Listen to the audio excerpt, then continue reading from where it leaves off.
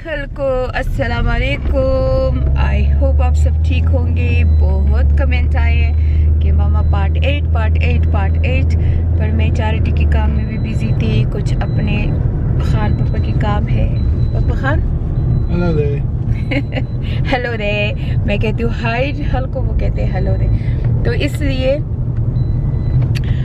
बिल्कुल टाइम नहीं मिला कि मैं व्लॉग को रिकॉर्ड कर सकूं और बस बिजी। सुबह 8 बजे घर से निकलते हैं और शाम के 6-7 बजे घर आते हैं और यकीन करें इतने थके होते हैं कि 9 बजे हम सो जाते हैं। फिर भी रात को फिर तहज्जुद के लिए उठना, नमाज के लिए उठना, फिर इस तरह से, और सुबह की नमाज के बाद फिर शुरू।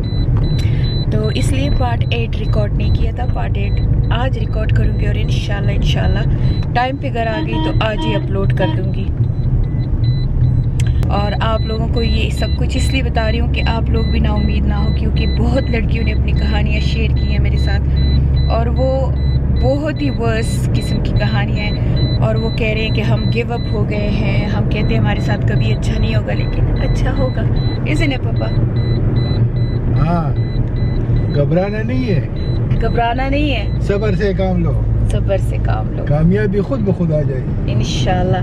और पापा खान को पता है कि किस हालात से हम गुजरे हैं, तो इंशाल्लाह आपके साथ शेयर करूंगी। और ये लाइफ स्टोरी है भी उन लड़कियों के लिए है कि जो 1000 में सफ़र हो रही हैं। तो इंशाल्लाह अगर मुझे अल्लाह ताला अपने पाँव पे खड़ा कर सकता है और सब कुछ दे सकता है तो आपको भी देगा। तो इंशाल्लाह थोड़ी देर बाद पार्ट 8 शुरू करेंगे। जब पापा हर किसी काम से निकलेगा ना फिर शुरू करूंगी वहाँ से जहाँ से मैं मलीह होने वाली थी, वहाँ से शुरू करूंगी।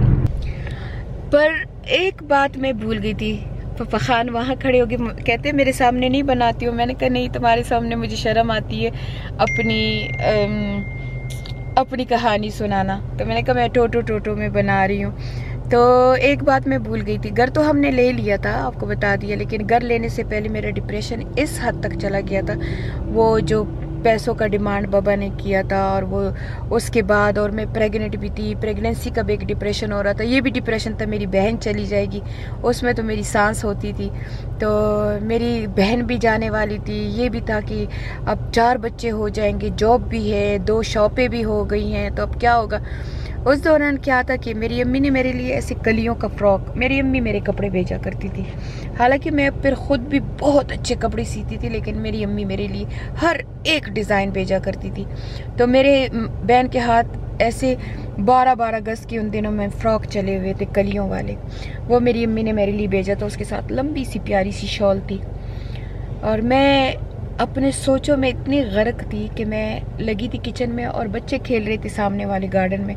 मेन डोर खुला हुआ था, लेकिन हमारी मेन डोर से हमारा ओपन प्लान किचन था, तो वो किचन पूरा नज़र आता था। डाइनिंग था, किचन था, सिटिंग रूम था। मैं उसमें अब लगी थी, सोचों में गर्क थी, मुझे अच्छी तरह याद है। और मेरी बहन मेरे बच्चों के साथ आगे सामने वाले गार्डन में खेल रही थी, उनके साथ, तीनों के साथ। और एकदम एक चीख की आवाज़ आई और मेरे ऊपर, मुझे याद नहीं है कि कंबल लिपेट दिया कि क्या लिपेट दिया, और एकदम जैसे मेरा दुपट्टा किसी ने खींच लिया। मैं एकदम हैरान हो गई कि क्या है। जब मैंने देखा तो मेरे दुपट्टे को आग लगी हुई, मेरा दुपट्टा नहीं था, शॉल था, उसको ऐसी आग लगी हुई थी। और वो शुक्र है कि वो हमने उन दिनों अपने किचन से कारपेट उठाया हुआ था।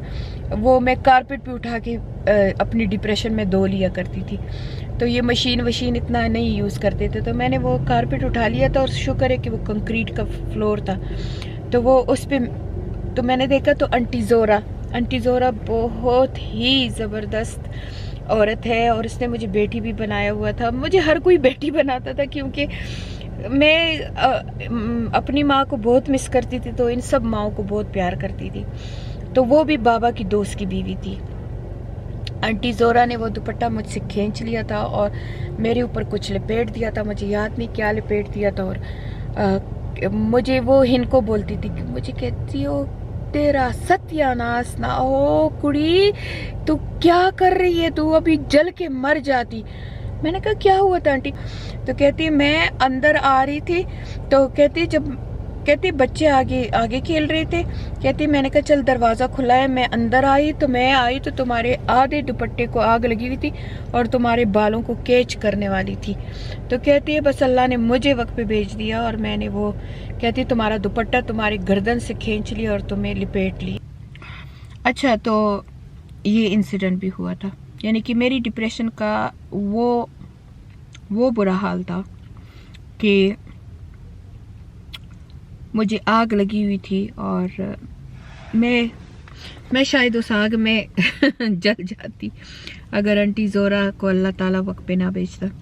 और आंटी जोरा आज तक वो बात याद करती है, कहती है ये कुड़ी जल जाती, ये कहती जल जाती अगर मैं वक्त पे ना आती। तो बस अल्लाह ने हमेशा मेरी ज़िंदगी में अच्छे लोग भी बहुत भेजे हैं। तो ये किस्सा हुआ है। एनीवे, बाय द वे, मेरे ख्याल में 9 मंथ की प्रेग्नेंट होंगी, हम घर चले गए, घर वहाँ मूव कर दिया। इस वक्त मेरी बहन वहाँ मेरे साथ सिर्फ महीना ही रही और महीने के बाद क्योंकि उसकी शादी की तैयारियां हो रही थी तो वो थोड़ी सी ओवर स्टे भी मेरे साथ हो गई थी। हमने सॉलिसिटर को कह दिया था कि मैं प्रेग्नेंट हूँ तो इसको थोड़ा सा और, यानी कि साल का तो वीज़ा दे दिया था, तो साल से भी ज़्यादा थोड़ा सा रहे, लेकिन थोड़ा सा मुश्किल था कि वो ज़्यादा रहती। तो ये भी था, एक डिप्रेशन था कि ये चली जाएगी फिर मैं क्या करूँगी। हम उस घर में चले गए। मैं इसमें बहुत ज़्यादा बातें स्किप कर रही हूँ क्योंकि मैं रोना नहीं चाहती हूँ। तो चले गए थे वहाँ पे, सामान वामान मूव कर दिया। वहाँ बस छोटा सा 3 बेडरूम का अपार्टमेंट था, किचन था, मेरे लिए सफाई भी आसान थी। अच्छा, यहाँ एक और बात भी मैं बताऊँ आप लोगों को, ये जिस घर में बाबा ने हमें भेजा था 30,000 का, ये ऊपर भी 3 बेडरूम और किचन और बाथरूम था और नीचे भी 2 बेडरूम और सिटिंग रूम और किचन और था और बड़ा सा गार्डन था। तो मैंने एक और काम भी कर दिया था इन 3 सालों में। मैंने ऊपर वाला हिस्सा किसी कोई इजिप्शियन थे, मैंने उनको दे दिया था, लेला उसका नाम था, और हमें अच्छी खासी वहाँ से भी आमदनी आती थी। वो भी हमारा यानी कि एक्स्ट्रा से वो हमारे किराया भी हमें आता था। तो ये भी हमारे साथ बहुत हेल्प होती थी। तो ये आपको इसलिए बता रही हूँ कि छोटे छोटे कोनों से मैं पैसे बचाती थी, तो वो किराया भी मेरे पास आता था। मैं थोड़ा सा 3 बच्चों के साथ मैं और खान उस एक नीचे वाले अपार्टमेंट में रहते थे क्योंकि हमने कहा कोई बात नहीं। और तब मेरा ससुर मेरे ख्याल में 20-25 घरों का मालिक था कि हमने वो ऊपर का पोर्शन दे दिया था। हमने कहा छोड़ो, हम नीचे गुजारा करेंगे। और नीचे हम 2 बेडरूम के जगह में, एक बेडरूम में ये तीनों बच्चे और एक बेडरूम मेरा और खान का, और एक सिटिंग रूम था और एक ओपन प्लान किचन था। और ऊपर वो लैला रहती थी, वो भी मेरी बहुत अच्छी दोस्त बनी थी और 2-3 साल मेरे साथ रही थी। फिर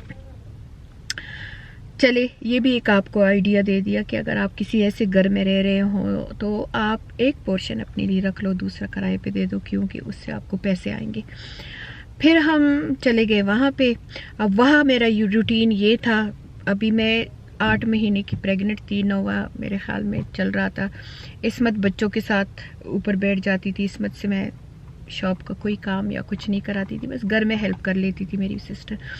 मैं सुबह जाती थी 9 बजे बच्चों को वहाँ उसी पुराने वाले घर के एरिए में स्कूल में, क्योंकि मेरे बच्चों को वही स्कूल पसंद था, वहाँ ड्रॉप करती थी। 9 बजे से लेके 2:30 बजे तक मैं जैन के साथ काम करती थी। 2:30 बजे 3 बजे बच्चों की छुट्टी होती थी। बच्चों को उठा के वापस घर आती थी टेक अवे के ऊपर, जो हमारे 2 टेक अवे के ऊपर घर थे। फिर मैं बच्चों को खाना वाना दे के मस्जिद छोड़ देती थी। 4 बजे बच्चों की मस्जिद का टाइम था। 4 बजे से लेके 5 बजे तक मैं सारी प्रिपरेशन लड़कों के साथ कर लेती थी, जो लड़के वहाँ काम करते थे खान के साथ, दोनों शॉपों की प्रिपरेशन करके। तो फिर 6 बजे मेरे बच्चों की छुट्टी होती थी, 6-6:30 बजे मस्जिद से। सारी प्रिपरेशन करके सारी शॉपों में सारा कुछ उनके लिए ठीक करके मैं बैक में काम करती थी, वो फ्रंट में करते थे। फिर मैं बच्चों को मॉस्क से उठा के फिर स्विमिंग के लिए मैंने उनके अलग अलग एक्टिविटीज़ रखे थे। स्विमिंग के लिए, ज्वेलरी मेकिंग के लिए, जुडो कराटे के लिए, सॉरी ज्वेलरी मेकिंग तो बाद में शुरू हुआ था, जुडो कराटे के लिए मैंने उनके लिए फ़िटनेस क्लास और ऐसे। और उस ज़माने में ट्यूशन के वहाँ पे कोई होते थे तो मैं कहती थी कि इनकी सब कुछ अच्छे हो जाए, कि ये बहुत पढ़ लिख जाए। नाफिया थी मेरे ख्याल में, नाफिया 7 साल की थी, सुमैया 6 साल की थी और सिद्दीक जो था वो 5 साल का था। यही उम्रें थी जब मलीहा पैदा होने वाली थी। तो 7 साल, 6 साल, 5 साल की तीनों बच्चे थे। तीनों की मैंने ऐसी अजीब सी एक्टिविटीज रखे हुए थे। मैं इनको जब उठाती थी मौज से तो तकरीबन हर रोज़ 1 घंटे के लिए ये उस एक एक्टिविटी पे जाया करते थे और ट्यूशन के लिए भी जाया करते थे। वंस अ वीक ट्यूशन पे भी जाया करते थे। मुझे तो अब वो नाम भी भूल गए हैं, क्यूमन था, पता नहीं क्या था, और स्पेक्ट्रम था कि क्या था, मुझे अब सही याद नहीं है। लेकिन उन जगहों उस ज़माने में मैं इनके एक ट्यूशन के मेरे ख्याल में 20 पाउंड 1 घंटे की देती थी। मैंने कहा था कि इनकी बुनियाद अच्छी हो जाए। अब फिर मैं उनको उठा लेती थी, फिर आके ये मैं गाड़ी में होती थी, पूरी गाड़ी में स्कूल मस्जिद से उठा के फिर इनको जहाँ छोड़ती थी वहीं बैठ के मैं गाड़ी में बैठी होती थी और कुरेशा करती थी। कुरेशे का, क्योंकि मुझे कुरेशे का भी ऑर्डर बहुत मिलता था, और निटिंग करती थी। फिर मैं जब घर आती थी तो फिर बच्चों की खाने का टाइम, खाना वाना दे के मेरे बच्चे पूरे 8 बजे बेड में होते थे। मेरी सिस्टर जाग रही होती थी, बॉलीवुड की मूवी की शौकीन थी, वो देखती थी। बच्चे मेरे 8 बजे बेड में, बच्चों को 8 बजे में बेड में डाल के मैं फिर खाना वाना खा के फिर नीचे शॉपों पे जाती थी और फिर मैं शॉप में काम करती थी। साथ में पीछे मैंने मशीनें रखी हुई थी, अपनी मशीन की सिलाई या वो सारा कुछ करती थी, और 9 मंथ की प्रेग्नेंट भी थी। और फिर उसके बाद मैं 3 बजे सुबह खान के साथ शॉप बंद करके ऊपर आ जाती थी। मैं ऊपर नीचे यही होता था। और 3 बजे के बाद फिर थोड़ा सा आराम करना, फिर सुबह को उठना और सुबह को फिर, ये मेरा रूटीन था। करते करते मेरी बहन के जाने के दिन नज़दीक आ गए और बस मलीहा पैदा होने वाली थी।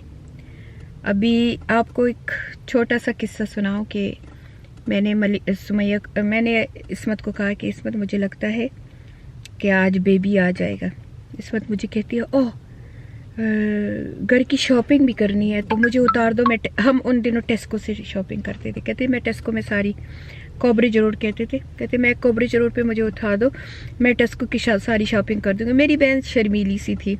मैंने कहा तुम अकेले कैसे शॉपिंग करोगी, तो ऐसे करते हैं कि आज मैं बच्चों को ड्रॉप कर दूंगी, क्योंकि मैंने कहा बहुत ज़्यादा कमर में दर्द है और ये है, मैं सुबह 9 बजे बच्चों को ड्रॉप कर दूंगी, मैं जेन के पास नहीं जाऊंगी। यानी कि मैंने पूरे 9 महीने तक जेन के साथ काम किया था। मैं कहा आज मैं जेन के पास नहीं जाऊंगी, हाँ आज मैं बच्चों को बस स्कूल के लिए ड्रॉप कर दूंगी, फिर मैं आ जाऊंगी, मैं टेस्को की सारी शॉपिंग वॉपिंग कर दूंगी और 3 बजे तुम और खान चले जाना, इन केस अगर मैं हॉस्पिटल पहुंच गई, और मैं घर की सफाई भी तुम्हारे साथ कर लूँगी, बच्चों के लिए सारा कुछ रेडी कर दूँगी। तो मैं ऐसे कर लूँगी। और अगर मैं नहीं गई, हॉस्पिटल नहीं गई, तो 3 बजे के बाद मैं बच्चों को तुम्हारे साथ उठा लूँगी। और अगर मैं बीमार हो गई और मैं चली गई, हॉस्पिटल चली गई, तो फिर तुम और खान उठा लेना 3 बजे बच्चों को। मैंने उसको सारा समझा दिया। अब आप यकीन करें कि मुझे ये भी याद है कि उसने पिंक कलर का सूट सिल्क का पहना हुआ था और मैंने ब्लैक कलर के चूड़ीदार ऐसे बड़े बड़े आस्तीनों वाले कपड़े पहने हुए थे। उसको उन दिनों बैटमैन कमीज कहते थे, वो मैंने पहनी हुई थी। और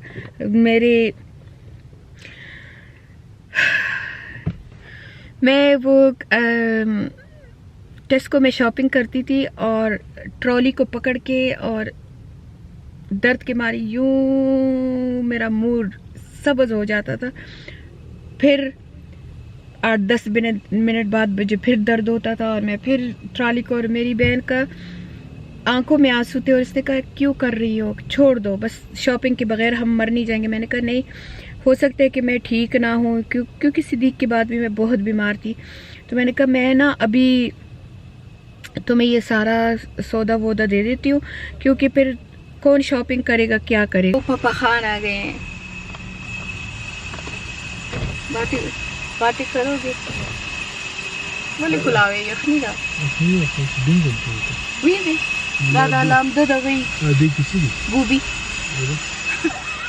गोभी ना स्टेबल तो गोभी। शुक्र है मेरा नहीं कह दिया, मैं वुजू में हूँ, मुझे नमाज पढ़ने पड़ते हैं, नहीं तो मुझ भी डाल देता। नहीं ऐसे नहीं। तो मैं मलीहा की पैदाइश की स्टोरी बता रही थी कि मैं शॉपिंग करने के लिए चली गई। पापा खान तो रात को 3 बजे सो जाया करता, 11 बजे फिर ये उठता था, क्योंकि 11 बजे शॉप खुलती थी, और 11 बजे से पहले मैं इसके लिए पोटैटो और पीलर और वह सारा कुछ रेडी कर लेती थी।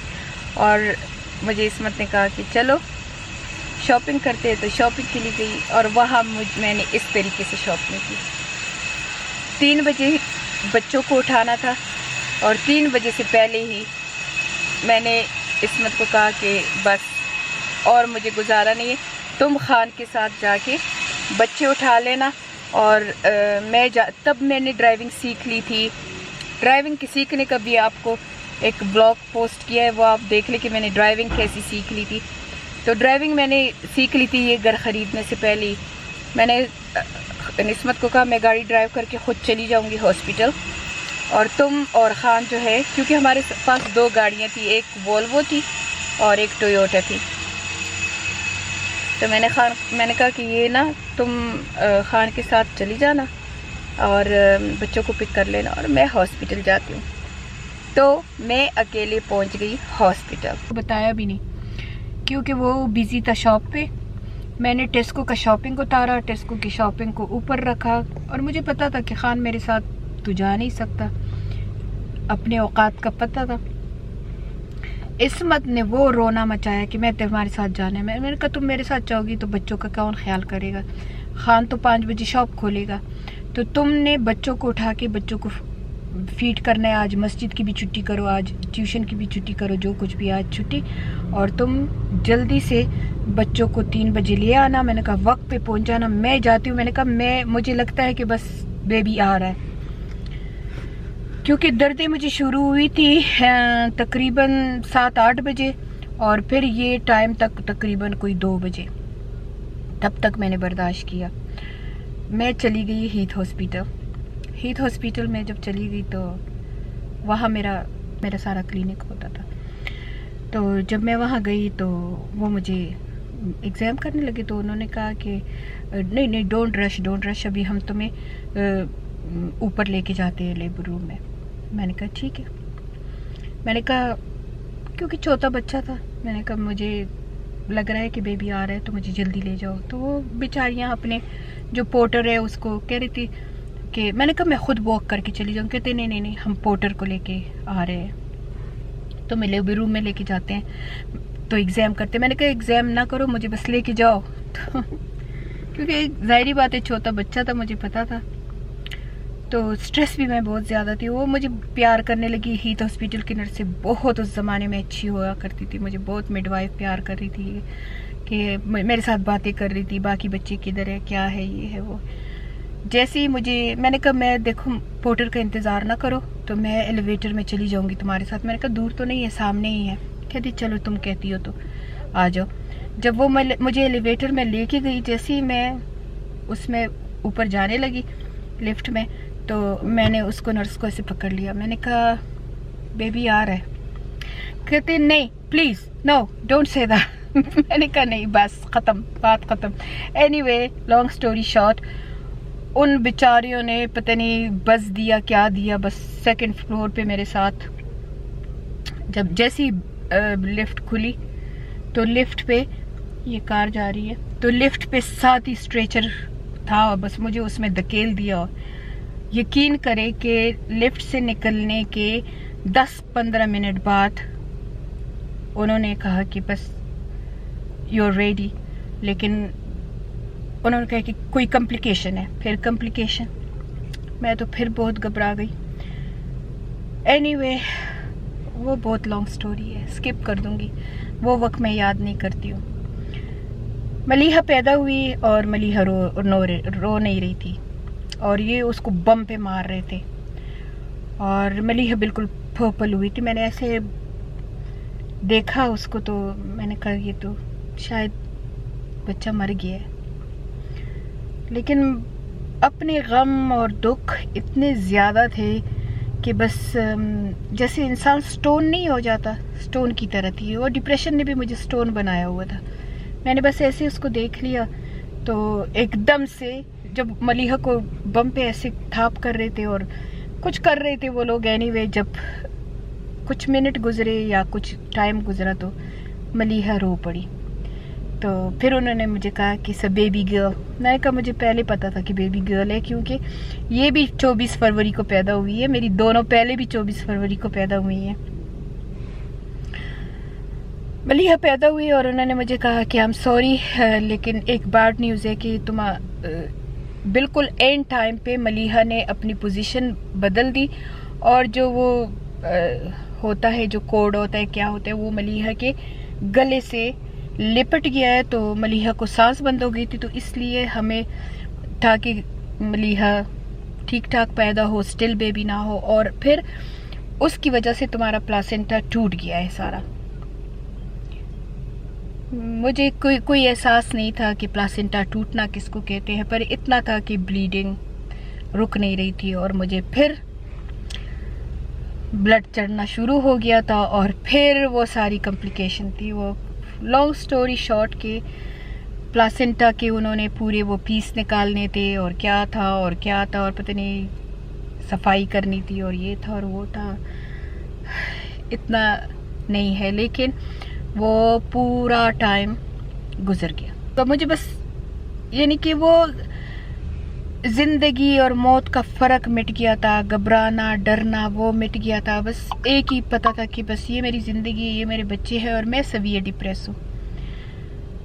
वो तकरीबन मलीहा पैदा होगी, मैं गई थी 2 बजे, मलीहा पैदा हो गई, लेकिन मलीहा के बाद जो पैदाइश के बाद जो कॉम्प्लिकेशन थी और कुछ था, और वो उन्होंने मुझे वार्ड में नहीं छोड़ा, उधर ही लेबर रूम में कपल घंटे रखा और फिर मुझे ये जो इनका स्पेशल वार्ड होता है, इंटेंसिव केयर तो नहीं होता लेकिन कोई स्पेशल वार्ड होता है कि वो उसमें अगर सर्जरी की ज़रूरत हो तो ये सर्जरी फिर करते हैं, तो वहाँ मुझे डाल दिया और कहते हैं we will keep eye on you, हम नज़र रखेंगे कि क्या है, क्योंकि हमने प्लासेंटा पूरी तरह से निकाल दिया है लेकिन हम मेक श्योर करेंगे।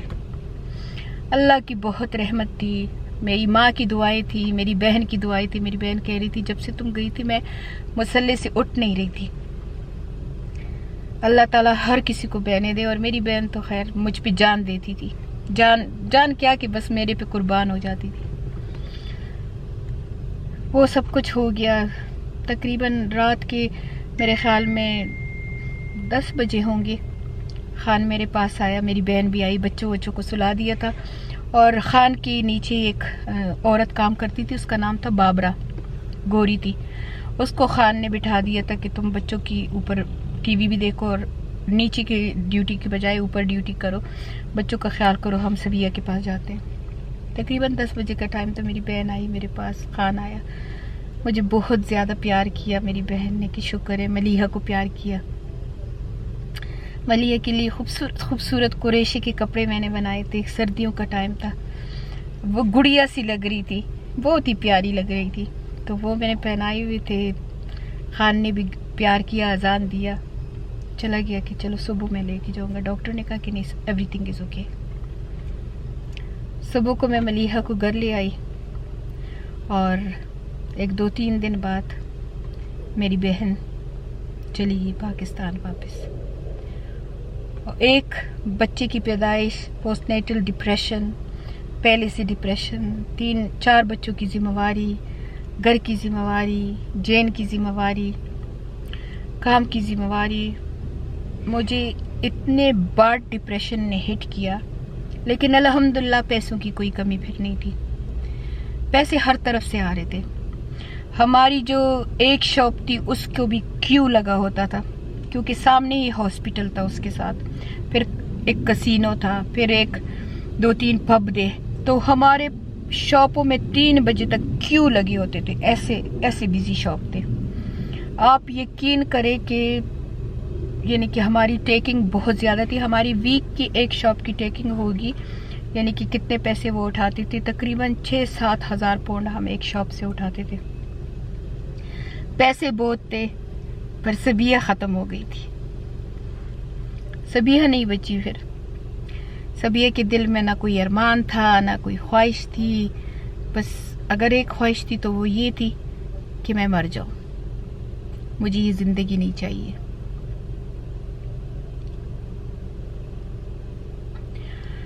रोना नहीं, हमने रोना नहीं, घबराना नहीं। इस्मत चली गई। इस्मत की 5-6 महीने बाद शादी थी, वो चली गई और मैं इधर रह गई अकेली। और मुझे डिप्रेशन ने इतनी बुरी तरीके से हिट किया। और एक बात आपको मैं बताना भूल गई कि जब मैं अपने पहले वाले घर में थी, जो बाबा से हमने ख़रीदा था, उसकी एक चाबी मेरी सास के पास हुआ करती थी। तो मेरी सास एनी टाइम आ जा सकती थी, उसके ऊपर कोई पाबंदी नहीं थी। उसके पास चाबी थी, वो कभी भी आ जाती थी, कभी भी उसकी मर्जी होती थी। उसका घर होता था उसका, लेकिन खान कहता था कि मेरी माँ के पास चाबी रहेगी। मुझे थोड़ा सा एतराज़ था इस पर। मैंने कहा था कि मैं काम करती हूँ, ये करती हूँ, वो करती हूँ, माँ आ जाती है, माँ चीज़ों को इधर उधर हट कर देती, मैं अपने हिसाब से करती हूँ, तो अच्छा हो कि माँ ना आए, ऐसे चाबी लगा के ना आए 100 बिस्मिल्लाह पे आए। लेकिन जब मैं घर में हूँ तो आया करे। जब इनके घर की चाबी मेरे पास नहीं तो मेरे घर की चाबी है। लेकिन खान ने इस बात पे भी बुरा माना कि वो मेरी माँ है, उसके पास चाबी रहेगी। तो एक दिन हम तबलीगी जमात पे गए थे। उधर मेरी सास की जेब से ये चाबी कहीं गिर गई थी या गुम हो गई थी। मैं प्रेग्नेंट थी, मेरी बहन भी थी, और मेरी सास ने बहुत उसका ड्रामा बनाया। खान को कहा तुम्हारी बीवी ने मेरी जेब से चाबी चुराई है, क्योंकि मैंने ऑलरेडी खान को शिकायत की थी कि ये चाबी ना दे, हमारे घर में ऐसे चाबी लगा के ना आया करे, क्योंकि प्राइवेसी होती है। मैं कभी नाइट ड्रेस में होती हूँ, कभी क्या, बस ये चाबी लगा के आ जाती है, तो ऐसी अच्छी बात नहीं है। क्योंकि ऊपर लॉजर रहते थे, तो हमने एक मेन डोर था और हमने एक दूसरा डोर भी था हमारी, तो हमारा घर बिल्कुल नीचे का अपार्टमेंट सेपरेट हो जाता था। तो मेरी सास के पास बाहर की भी चाबी थी और इधर अपार्टमेंट की भी चाबी थी, तो वो सीधा आती थी, ना कोई नॉक ना कुछ। मैं 9 मंथ्स की प्रेग्नेंट थी ये घर बदलने से बस थोड़े दिन पहले। और खान ने मेरे साथ इतनी लड़ाई की कि तुमने मेरी माँ की कोट की जेब से चाबी उतारी। मैंने कहा मुझे अल्लाह की कसम मैंने चाबी नहीं निकाली। मैं तो इतनी सवियर डिप्रेस थी, प्रेग्नेंट थी, बहन के जाने का दुख था, बच्चों का काम का बोझ था। लेकिन खान ने मेरे साथ बहुत लड़ाई की कि तुमने क्यों ऐसा गंदा काम कोई करता है, बड़ी औरत की जेब से चाबी चुराई। मैंने कहा मुझे मेरी माँ ने चोरी करना नहीं सिखाया, मैंने नहीं लिया, मैंने कसम कुरान खाए। लेकिन ना मेरी सास ने इस बात का यकीन किया, ना मेरे हस्बैंड ने। और फिर मेरी सास ने कहा कि वो चाबी जिस घर में हम तबलीग के लिए गए थे उनके बेड के नीचे से मिली, तो तुम्हारी बीवी ने चुरा के बेड के नीचे की। मैंने खान को फिर एक बात की, मैंने कहा मैं इतनी कमअकल नहीं हूँ कि मैं चाबी गिरा के तो बेड के नीचे करूँ। मैं चाबी गिराती ना तो वो चाबी मैं ला के अपने घर में संभाल करके रख लेती। मैं इतनी कमअकल हूँ कि इसके जेब से मैं चाबी निकालती और उसी घर के बेड के नीचे, वो क्यों बेड के नीचे सफाई ना करते। तो ये भी एक मेरे साथ बहुत बुरा वाकया होता है। उसकी वजह से भी मैं बहुत डिप्रेस थी कि खान आखिर मेरी बात का क्यों बिलीव नहीं करता, अपनी माँ का हर वक्त क्यों बिलीव करता है। बस फिर मलीहा पैदा हुई और मेरे डिप्रेशन पीक पे चला गया। ऐसा पीक पे चला गया कि बस लेकिन सब मेरी डिप्रेशन का मजाक उड़ाते थे। सब कहते थे ये क्या है, डिप्रेशन क्या चीज़ है। मैं जब भी डॉक्टर के पास जाऊं तो डॉक्टर मुझे कहे कि तुम सवियर डिप्रेस हो, तुम ये। मुझे उस ज़माने में डॉक्टर ने प्रोजेक एक टैबलेट है वो दे दिए थे, तो उससे मुझे नींद भी आया करती थी, लेकिन मैं सो भी नहीं सकती थी। लेकिन मैं अम्मी को कहती थी कि अम्मी डॉक्टर कहते हैं मैं बहुत डिप्रेस होती। मेरी अम्मी मुझे कहती थी कि ये शैतानी अमल होता है, शैतान तुम्हारे दिमाग को कंट्रोल कर रहा है, तुम औज़ु बिल्लाह पढ़ा करो, तुम ये पढ़ा करो, तुम वो पढ़ा करो, तो तुम डिप्रेस ना हुआ करो। और ये मेरी सास हर जगह जाके बस ये कहती थी मेरा एक बेटा इसने मुझसे जुदा कर लिया, ये बेटा मेरे साथ रहता, ये ऐसी है। मेरे पीछे हज़ारों बातें करती थी, लोग वो बातें आके मुझे बताते थे कि तुम्हारी सास ये कह रही है, तुम्हारी सास ये कह रही है। डिप्रेशन का बहुत बड़ा ख़राब दौर शुरू हो गया। 5 साल बाद मैं पाकिस्तान गई अपनी बहन की शादी पे, मेरे साथ खान भी चला गया। खान मेरे साथ चला गया 1-2 वीक के लिए और मैं चली गई 3 महीने के लिए। उन 3 महीनों में मैं अपने माँ बाप के पास रही, मैं बहुत खुश थी। उन दिनों बच्चों की स्कूल की इतनी पाबंदी भी नहीं होती थी, होमवर्क साथ ले गई थी। मैं बच्चों के साथ वहाँ 3 महीने रही। 3 महीने में मैं बहुत ठीक हो गई। मेरी अम्मी ने मुझे वहाँ बहुत ज़्यादा पड़ा मेरे ऊपर और मेरी रूहानी इलाज किया कि मैं बिल्कुल ठीक ठाक हो गई थी। और मैं इतनी खुश थी और मैं बार बार अम्मी को कहती थी अम्मी काश मैं वापस ना जाऊँ। मेरी अम्मी कहती थी ऐसी दुआ ना करो, हमारी औरतों के लिए खावंद का करी होता है। 3 महीने बाद मैं वापस आ गई। वापस आके वही रूटीन, वही सारा कुछ, सुबह से लेके शाम तक काम, जेन के साथ काम, बस इसमें होते रहे। मेरे सास ससुर की कहानियाँ इधर भी होते रहे, इधर भी यही हर रोज़ का एक न एक, हर रोज़ तो नहीं लेकिन हर दूसरी तीसरी दिन ये होता था कि ये मेरा एक बेटा ले लिया, मेरा एक बेटा ले लिया, बस यही फसादे। और टाइम गुजरता रहा, मैं डिप्रेशन के साथ लिव कर रही थी। डिप्रेशन था। और एक दिन क्या हुआ कि मैं गई थी अपनी बेस्ट फ्रेंड की देवर की शादी पे गई थी। बड़ी बनी ठनी थी, बहुत फुल फ्लाज मेकअप किया हुआ था।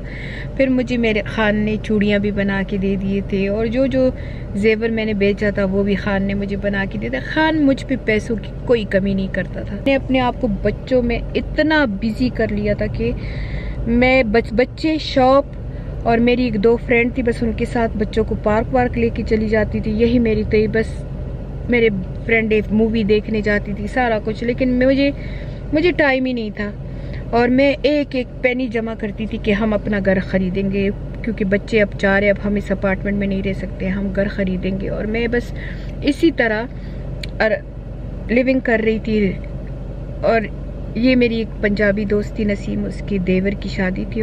तो मैं अपनी फ्रेंड की देवर की शादी में गई थी। तो वहाँ से मैं आई, फुल मेकअप सारा कुछ था। एक साथ में हमारे बंगाली भी रहते थे, हमेशा बांग्लादेशी मेरे नेबर रह चुके हैं। तो वो बच्चों के साथ उसके बच्चे भी मेरे बच्चों के साथ ट्यूशन और मॉस्क के साथ जाया करते थे। मैं आई तो मैं चली गई ऊपर गई तो मुझे ऐसे लगा कि मेरे दिमाग में ऐसे कीड़े हो गए और ऐसे लगा ये दीवारें मेरे करीब आ रही हैं। मैंने अपने डिप्रेशन के ब्लॉग में आप लोगों को सारा कुछ ये बताया हुआ है। इससे पहले जो डिप्रेशन था वो हम कोप करते थे, अप एंड डाउन होता रहता था, रोने लग जाती थी बगैर किसी वजह के, बस रोती रहती थी, कपड़े नहीं बदलती थी ऐसे, और बस काम से काम रखती थी। और बस मुझे ऐसे लगता था कोई मेरे दिमाग में 2 लोग बोलते हैं। तो बस मैं आ गई, आके तो मैंने ना मुझे ऐसे लगा कि बस ये सारा कुछ मेरे करीब आ रहा है, ऐसे हो रहा है। और मैं बाहर ऐसे रोड पे एकदम निकल गई और सामने वाला वो जो बांग्लादेशी औरत का हस्बैंड था वो जल्दी से आ गया। कहते भाभी क्या हुआ है?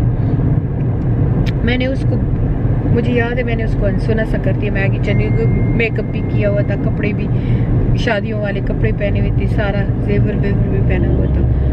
और उसकी बीवी मेरे पीछे दौड़ी, उसने मुझे पकड़ लिया, कर लिया। कहती क्या हुआ है? मैं ज़ोर से रोने लगी। फिर मुझे खान हॉस्पिटल ले गया।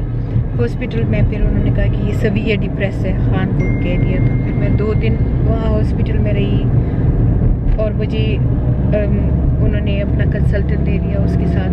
फिर वापस आ गई, घर में आ गई और लाइफ डिप्रेशन के साथ चल रही थी। इसलिए जब आप लोग कहते हो कि आपने डिप्रेशन में कैसे 4 बच्चों को पाला, तो खान पापा को पता है कि मैं अल्हम्दुलिल्लाह मैं इतनी मजबूती में काम भी करती थी, खान पापा के साथ टेक अवे भी करती थी, अपना खुद का जेन के साथ काम भी करती थी, कर्टन्स भी बनाती थी, और फिर मैंने खुद के भी कर्टन्स मेजरमेंट शुरू कर दिए थे। मुझे बड़े बड़े कंपनी, मुझे यहाँ तक कि हॉस्पिटल वाले भी मुझे ठेके दिया करते थे कर्टन्स बनाने के लिए, और मैं वो भी करती थी और साथ में 4 बच्चों का ख्याल भी करती थी। तो डिप्रेशन था, लेकिन डिप्रेशन को मैंने ऐसे किया था कि मैं काम में बिजी कर लेती थी अपने आप को। मैं डिप्रेशन के साथ लिव करना सीख लिया था, बल्कि मैं मेंटल थेरेपी के लिए भी जाया करती थी। सारा कुछ मेरा हो रहा था और मैं इस तरीके से गुजारा कर रही थी। बहन की भी शादी हो गई थी, वो भी अमेरिका चली गई थी, सेटल हो गई थी, लाइफ जारी थी। और खान मेरे साथ डिप्रेशन में लिव हो रहा था। You remember my depression time? He remember my depression time. It was severe time, जो सबसे बुरा टाइम होता है ना, वो टाइम था। डॉक्टर और मैं और बस मुझे लगता था कि वो उसके लिए आप मेरे डिप्रेशन का व्लॉग देख लें, वो बहुत बड़ा किस्सा है, वो मैं नहीं यहाँ शेयर करूँगी। तो मुझे खान ले गया कि क्योंकि बस उसे ये था कि ये तो मर रही है, ये तो बिल्कुल पागल हो रही है, और बच्चे भी हैं, और ये मुझ पे तरस बहुत खाता था खान, लेकिन वो भी बेचारा बस पागल हो रहा था, वो भी काम करता था। मुझे ले गया और मेरी नंद के खावन जो हमारे साथ उन दिनों में काम करता था, वो मेरा नंद का खावन पाकिस्तान से आया था, और उस ज़ाहिरी बात है वो जब स्पाउस आते हैं तो उनको जॉब और टैक्स और ये देने के लिए जॉब की ज़रूरत होती है। तो वो हमारी शॉप में काम करता था। काम क्या करता था, बस मालकों की तरह रहता था। तो उसको मेरी खान ने कहा कि शॉप तुम, ज़ाहिरी बात है भाइयों जैसा था, तो खान ने कहा कि दोनों शॉपें तुम्हारे हवाले, और हम ऐसे करते हैं कि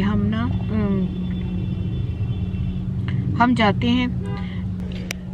तो हम आ गए पाकिस्तान, और पाकिस्तान आके माँ बाप, वो ज़ाहिरी बात है हमारा घर भी बहुत बिलव्ड, हम बहन भाई भी थे, अमेरिका में भी रहते थे और इधर भी रहते थे। मुझे खान लेके गया कि बस वो बेचारा बहुत परेशान था कि ये तो बस मर रही है, तो मुझे लेके गया पाकिस्तान।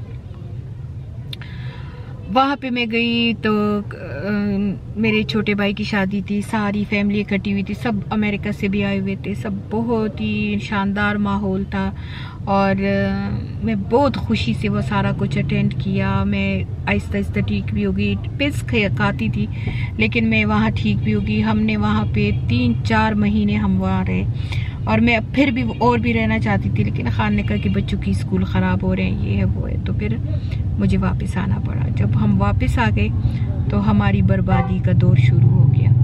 बर्बादी का दौर ऐसे शुरू हुआ था कि पता नहीं उस मेरे नंद के खावन से मैनेज नहीं हो रही थी शॉप, क्या था, लेकिन जो बिज़नेस जो दिन में 1000-1500 पाउंड दिन की टेकिंग थी, वो आ गई थी। जब हम गए तो उसने कहा कि शॉपें तो बिल्कुल क्वाइट हैं और कुछ नहीं हो रहा, और ये है और वो है। तो अब अल्लाह को पता होगा, मुझे नहीं पता, क्योंकि मैं तो आई और मेरी आने से ही डिप्रेशन साथ शुरू हो गया। और उसने कहा कि बिज़नेस कुछ भी नहीं हुई है, और जो 3-4 महीने हम वहाँ रहे थे तो वो कहते बिज़नेस बिल्कुल नहीं हुई है, तो वेजेस भी नहीं पूरी हो रही है, तो ये है तो वो है तो वो है, तो बस बर्बादी शुरू हो गई। खान ने क्या किया, और हमारी जो छोटी वाली शॉप थी जो पहले हमने ख़रीदी थी, हमारे आते ही उसमें आग लग गई। वो खान ने कहा कि बस चलो इसको, और अल्लाह की शान देखो कि इंश्योरेंस एक्सपायरी हुई थी, हमें एक पेनी नहीं मिली, और वो बस ये हमारी बर्बादी का दौर शुरू हो गया था। वो शॉप हमने बंद कर दी, और ये जो बड़ी शॉप थी वो मेरी नंद के खावद ने कहा कि इसमें तो बस कुछ भी नहीं हुआ, आप लोगों के जाने के बाद ऐसी हुआ है, ऐसी बिज़नेस बिल्कुल क्वाइट है, ये वल्लाहु अलम क्या था। तो आ गए तो शॉप 4-5 महीनों में शॉप ख़त्म थी, कस्टमर आते थे और अगर कोई हमें मिल जाता था वो नहीं आते थे, कहते थे कि बहुत गलत फूड दिया है और क्या पता नहीं कितनी शिकायतें। तो जब हम वापस आए 4-5 महीने बाद तो हमारे दोनों शॉप ख़त्म हो गए थे। फिर हमने उनमें से एक शॉप को बंद कर दिया, क्यों जो हमने 3 सालों में इन दोनों शॉपों से कमाया था, अच्छा खासा कमाया था। हम पाकिस्तान जब गए तो हमने कहा कि पाकिस्तान में हम एक छोटा सा घर अपने लिए बनाते हैं कि हम जब पाकिस्तान जाएं तो वहाँ हम रह सके। तो जाके तो उन पैसों से हमने लैंड ले लिया था। अब यहाँ वापस आए तो बैंक भी खाली, शॉप भी काम नहीं कर रहे और अल्लाह भला करे। मेरी नंद के खावन को हम पूछ रहे थे कि आखिर हुआ क्या। एक तो वैसे डिप्रेशन था, एक ये हालत हो गई कि अभी पापा से मैंने पूछा कि हम जब पाकिस्तान से वापस आए तो हमारी शॉपें एक जल गई थी, वो भी मेरी नंद के खावन ने उससे जल गई थी या जो भी हुआ था वल्लाहु अलम। लेकिन वही था ना टेक केयर वाला, और दूसरी शॉप उसका बिजनेस बिल्कुल तबाह कर दिया था। तो एक शॉप तो हमने जो जल गई थी वो हमने बंद कर दी। जो दूसरी शॉप थी उस पे यानी कि वो शॉप पे क्यू लगी होती थी जो हमारे जाने से पहले, और फिर हमारे आने के बाद उसमें तो कोई बंदा नहीं घुसता था। क्यों बिजनेस सारा डाउन हो गया था? ये मैनेजमेंट की बात होती है। मैनेजमेंट की वजह से सारा कुछ। बस ये था कि अगर हम उस शॉप, क्योंकि वो हमने जब घर बेच दिया था तो वो उसकी लीज 30,000 उसकी लीज ले ली थी, लेकिन हमने लीज साइन की थी और लीज का ये था कि वो हम उसको वीकली कितना किराया देते थे खान? अच्छा, बहुत हाई किराया था उसका। उस जमाने में उस शॉप का बहुत हाई किराया था। तो लीज की भी 30,000 ले लिए थे, 45,000, और किराया भी बहुत हाई था। तो दूसरी जो शॉप थी जो जल गई थी उसका तो वो लीज के पैसे तो 30,000 हमने लिए थे, लेकिन किराया बहुत मिनिमम सा था, कोई 100 पाउंड वीक तक ही क्या था, उसको तो हमने बंद कर दिया। पर ये जो दूसरी शॉप थी इसका किराया बहुत ज़्यादा था और उसने तबाह कर दिया था बिजनेस सारा। ला इलाहा इल्लल्लाह मुहम्मद रसूलुल्लाह। बड़ी मेहनत की, बहुत मेहनत की, पर शॉप चलने का नाम ना ले। लोग ऑफ हो गए थे क्योंकि वो हमारी चिप्स और हमारी करियाँ मशहूर थी, वो सब लोग ऑफ हो गए थे। बस अल्लाह क्या कहे, किसी को बद्दुआ भी नहीं दे सकते, लेकिन बस आसमान से ज़मीन पे गिरा दिया। और मैंने हालांकि जेन को कहा था कि मैं और काम नहीं करूँगी, लेकिन मैंने जेन को फ़ोन कर दिया। मैंने कहा जेन मैं वापस आई हूँ और मैं फिर तुम्हारे साथ काम करना शुरू करती हूँ। वो बड़ी खुश हुई, कहती आ जाओ।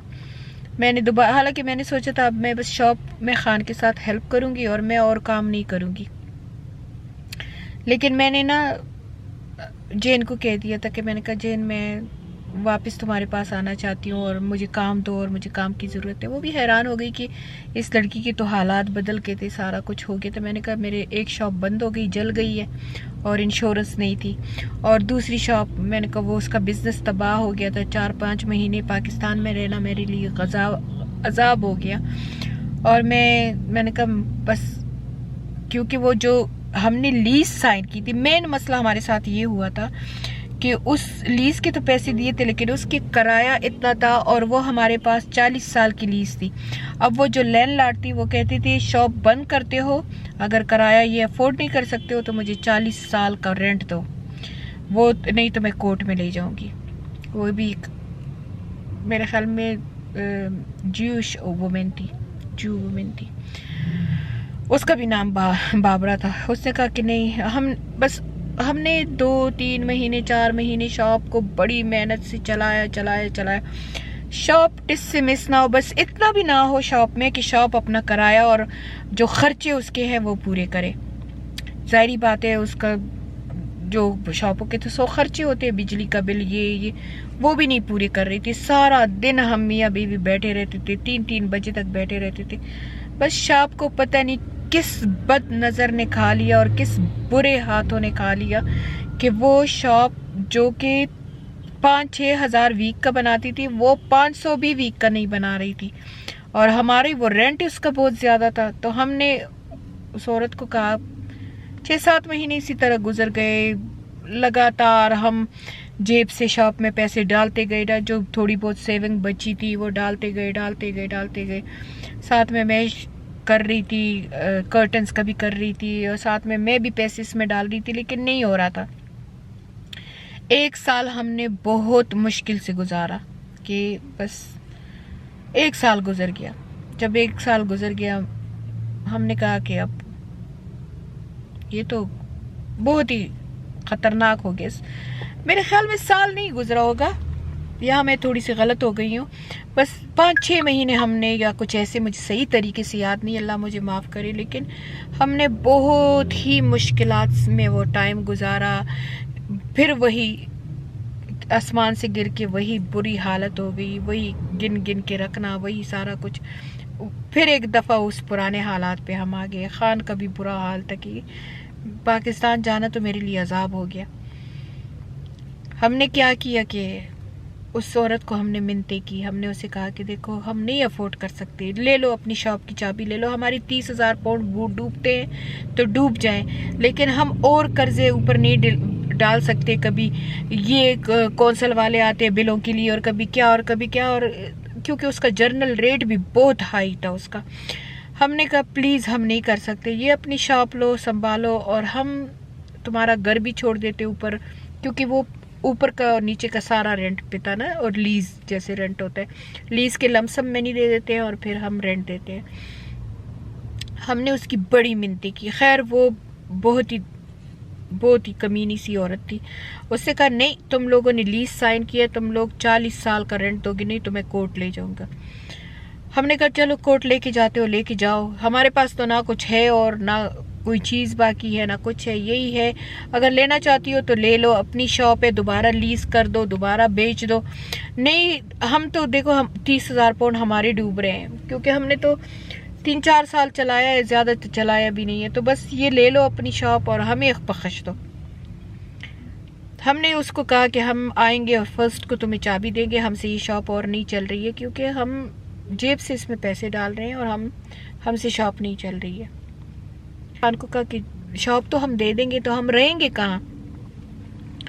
खान ने कहा कि हम कहीं रेंट पे लेंगे। फिर खान ने कहा नहीं, मेरे बाप के इतने ज़्यादा घर हैं, मैं बाप को कह देता हूँ। तो मैंने उस वक्त भी खान को कह दिया था, मैं डिप्रेस थी, पर मैंने खान को कह दिया था, मैंने कहा बाबा तुम्हें क्यों घर देगा, बाबा तो स्टूडेंट्स को घर देता है, और काफ़ी स्टूडेंट को वो किराए पे घर देता था। मैंने कहा वो तुम्हें घर नहीं देगा। खान हंसने लगा, कहते मैं उनका अकलौता बेटा हूँ, मेरे अलावा उसका कौन है, ज़रूर मुझे घर देगा। खान चला गया। चल के तो वो हमारी पुश्तों में कहते हैं ज़वड़न गोगू नरागे, यानी कान नीचे करके मेरे पास आया। मैंने कहा क्या हुआ? कहते मैंने बाबा को कहा कि हम बस ये शॉप और की दे रहे हैं, हमसे नहीं हो रहा है, तो मैं तुम्हारी किसी एक घर में मूव हो जाऊँगा। तो कहते हैं बाबा ने मुझे कहा कि मेरे घर तो सारे फुल हैं, और जो एक घर खाली है वो मैं स्टूडेंट को देना चाहता हूँ, क्योंकि स्टूडेंट मुझे ज़्यादा। खान कहते मैंने उसे कह दिया कि मैं किराए पे ले लूँगा। तो कहते आगे से मुझे कहता है कि नहीं, मैं तो अपने घर सिर्फ स्टूडेंट्स को देखता हूँ, क्योंकि स्टूडेंट्स ये होते हैं कि वो एक कमरे के 200 पाउंड या 150 पाउंड ऐसे दे देते हैं, तो मैं तुम्हें नहीं दे सकता घर, बस एक ही घर खाली है, और वो भी मैंने किसी से बात की है कि वो ले ले। और उस वक्त बाबा के पास क्लॉड रोड में घर थे। हालांकि क्लॉड रोड में जो घर होते हैं ना, वो 12-12 कमरों के घर होते हैं, और उस क्लॉड रोड पे बाबा की 3 घर थे। कनाट रोड पे घर था, स्ट्रिहारा स्ट्रीट पे घर था, किफारता स्ट्रीट पे घर थे, कैपुक स्ट्रीट पे घर थे, यानी कि जहाँ देखो बाबा के घर ही घर थे। लेकिन बाबा ने हमें इनकार कर दिया। जब खान ने मुझे कहा कि बस एक होप आई थी कि जब खान ने कहा कि क्यों, मैं उनका अकलौता बेटा हूँ, वो मुझे घर क्यों नहीं देंगे। और जब वापस खान आया तो फर्स्ट टाइम मैंने खान को रोते हुए देखा ज़िंदगी में।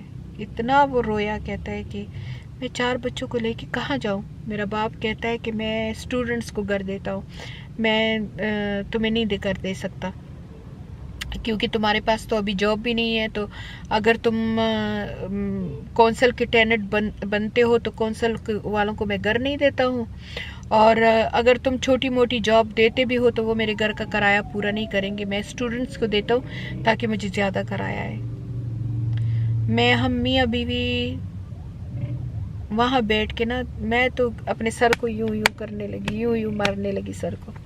ये मुझे खान पापा ने अभी लेके दी है। मैं सर को यूं यूं मारने लगी। मैंने कहा क्या होगा अब, क्या होगा अब, क्या होगा। और कहते कुछ नहीं, कुछ नहीं। खान ने मुझे ऐसे नज़दीक किया, कहते कुछ नहीं, कुछ नहीं होगा, अल्लाह है हमारा, मेरे पीछे अल्लाह खड़ा है, मेरी बैक पे अल्लाह है, मेरे बैक पे अल्लाह है। कहते चलो चलो चलो उठो, चलो उठो, कौंसल के पास जाते हैं। मैंने कहा कौंसल के पास जाएंगे? तो उस ज़माने में भी कौंसल में क्यों होता था। मैंने कहा हम कौंसल को क्या कहेंगे। मैंने कहा मैं ऐसे जाके होमलेसों के उसमें नहीं बैठ सकती हूँ। खान ने कहा नहीं, मैंने किसी से सुना है, वो कहते हैं कि अगर बच्चे छोटे हो कौंसल बहुत जल्दी कर देते। मैंने कहा नहीं खान, मुझसे ये नहीं होता। मैं कहा प्लीज़ मैं नहीं कर सकती ऐसे। मैं कहा तुम कुछ और कर सोचो, कुछ और सोचो। कहते सब्र करो, मैं अपने दोस्तों को या किसी को कहता हूँ। इतने में हम नीचे आए। शॉप अभी था, 2-3 वीक बाद हमने शॉप वापस देनी थी। एक हमारे पास बांग्लादेशी लड़का काम करता था, वो खान को देख कहते हैं खान साहब क्यों परेशान हो। खान ने उसे कहा बस ये शॉप छोड़ रहे हैं, तुम लोगों की जॉब भी जा रही है। उसने कहा कि फिक्र ना करो खान साहब, इधर पीछे बेडफोर्ड स्ट्रीट में मेरे मामू का घर है, लेकिन घर की हालत अच्छी नहीं है और वो 500 पाउंड सिर्फ महीने का लेते हैं और 3 बेडरूम घर है और ऊपर भी 3 बेडरूम है, नीचे भी लिविंग रूम है, लेकिन घर की हालत अच्छी नहीं है, उसमें कारपेट वगैरह नहीं है। अगर तुम चाहो ना तो मैं उससे बात करता हूँ, वो तुम्हें 500 पाउंड का वो घर दे देगा और अगर तुम लोग कौंसल के भी टेनेंट बन गए तो उसे कोई इतराज़ नहीं है।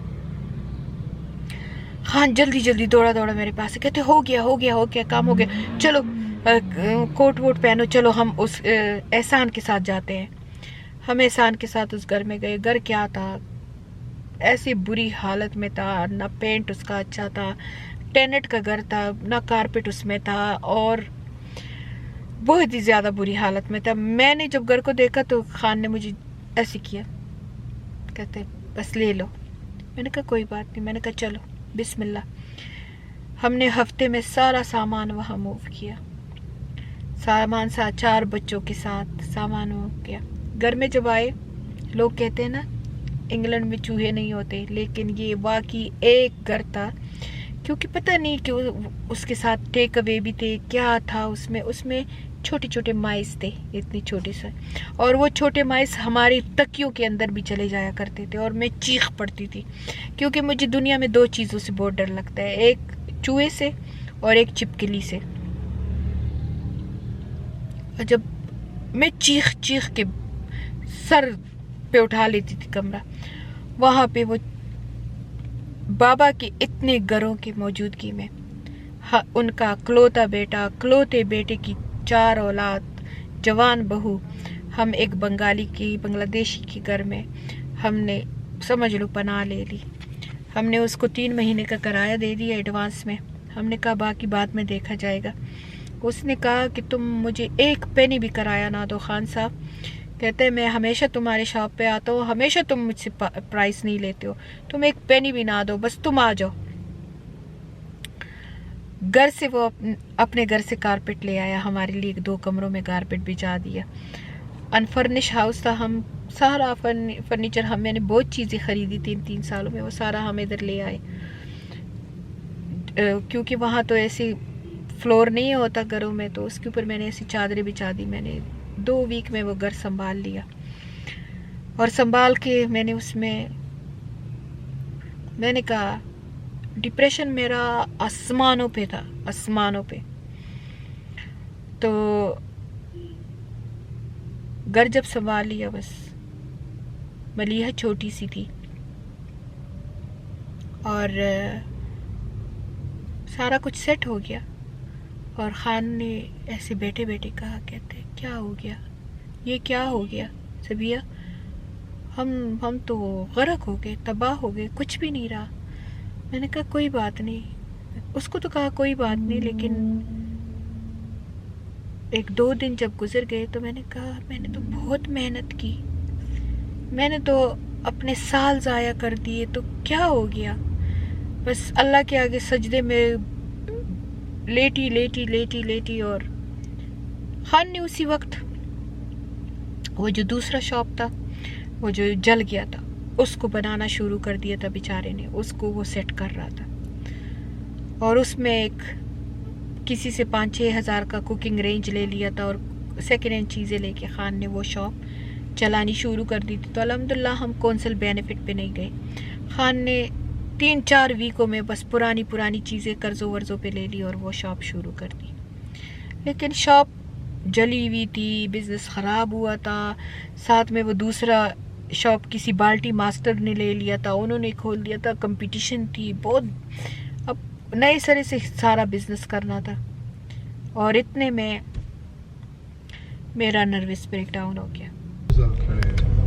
नहीं मुझे और कुछ भी याद नहीं है, लेकिन मुझे ये याद है कि जब मैं होश में आई तो मैं हॉस्पिटल में थी। फिर खान ने मुझे बताया कि बिल्कुल तुम यानी कि पागलों की तरह थी, यहाँ पे पड़ी हुई थी। जब मैं होश में आई तब मुझे 1 महीना हुआ था कि मैं हॉस्पिटल में थी। और तब मेरी एक फ्रेंड थी और मेरी अम्मी मुझे फ़ोन करती थी और मेरी एक फ्रेंड थी नसीम, उसने मुझे बताया कि तुम तो 1.5 महीने से अस्पताल में हो।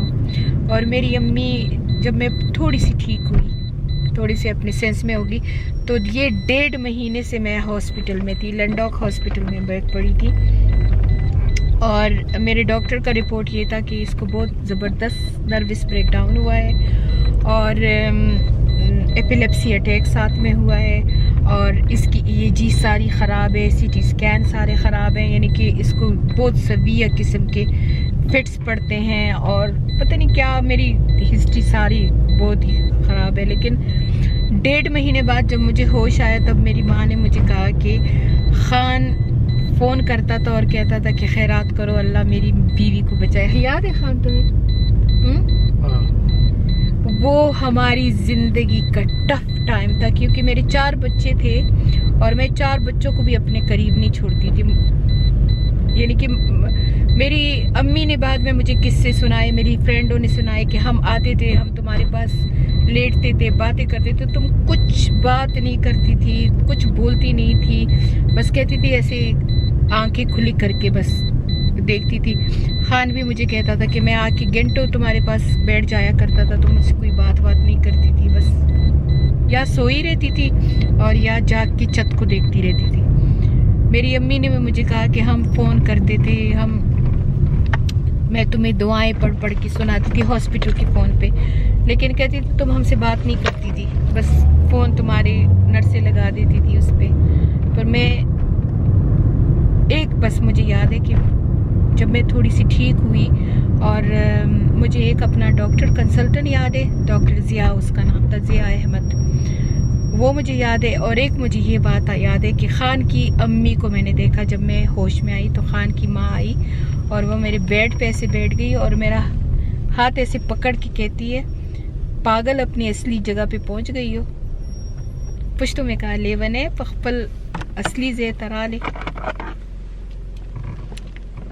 वो मुझे याद है। और उसके बाद मेरी माँ ने फ़ोन किया और ख़ान भी आया। मैंने ख़ान को कहा, मैंने फ़र्स्ट टाइम ख़ान को कुछ बात की, मैंने कहा तुम्हारी माँ ने मुझे ऐसे कहा, और उस बात ने मुझे हिट किया।